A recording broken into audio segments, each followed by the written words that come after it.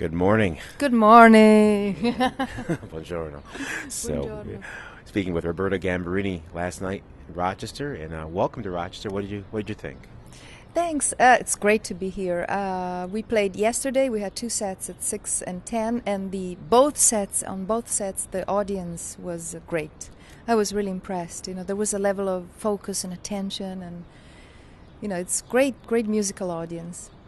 We're speaking with Roberta Gambarini here at Jazz 90.1. Roberta, why did you choose to sing jazz? You could have done anything else, but you chose jazz. Why?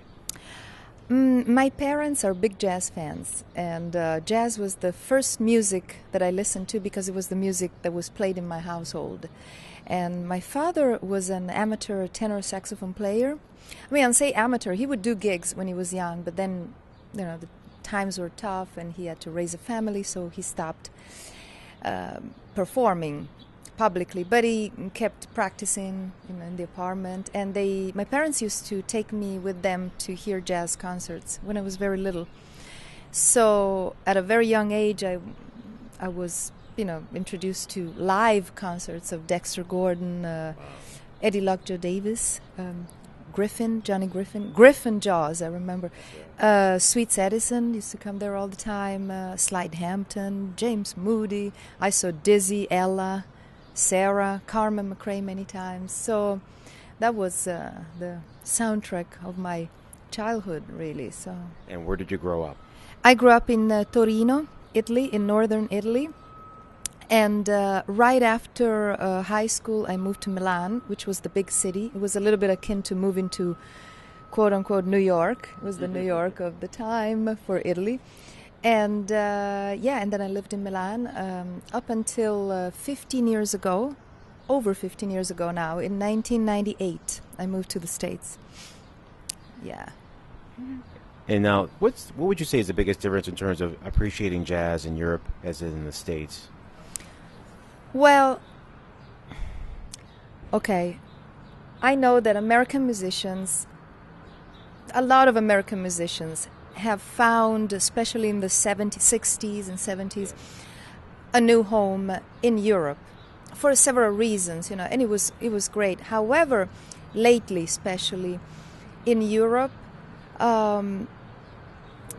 it's hard because jazz is still a niche music, and also somehow there's a lot of different contaminations and blurring of the lines, and a lot of people that it's a little bit harder lately in Europe to get jazz really, really appreciated. There's still a core audience, but I would say overall it's kind of similar to the situation in the U.S. So you have great players, you have a good core audience, but it's not really supported by the institutions and everything the way it ought to be in both places, in my opinion. Yeah.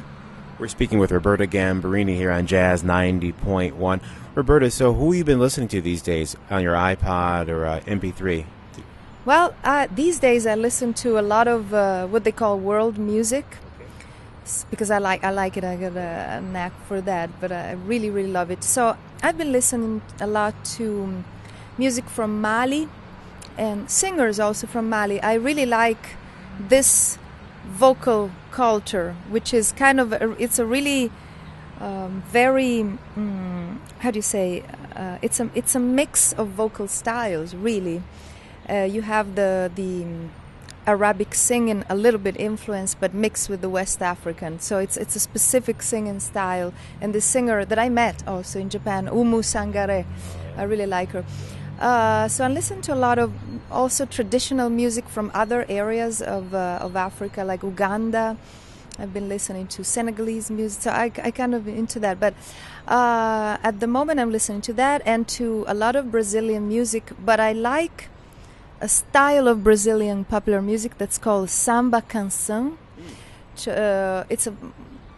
It's a pre-bossa nova. It's the melodic side of samba. And this got these amazing melodies, these great authors like Paulinho da Viola, and these incredible melodies mixed with the rhythm. So that's what I'm listening into right now, but I like to listen to everything. Speaking with Roberta Gambarini here on Jazz 90.1. Roberta, thank you so much for spreading your love with us last night. Oh, thank you. It was great. A lot of it came back to me, so we were very happy. Ciao. Ciao, arrivederci.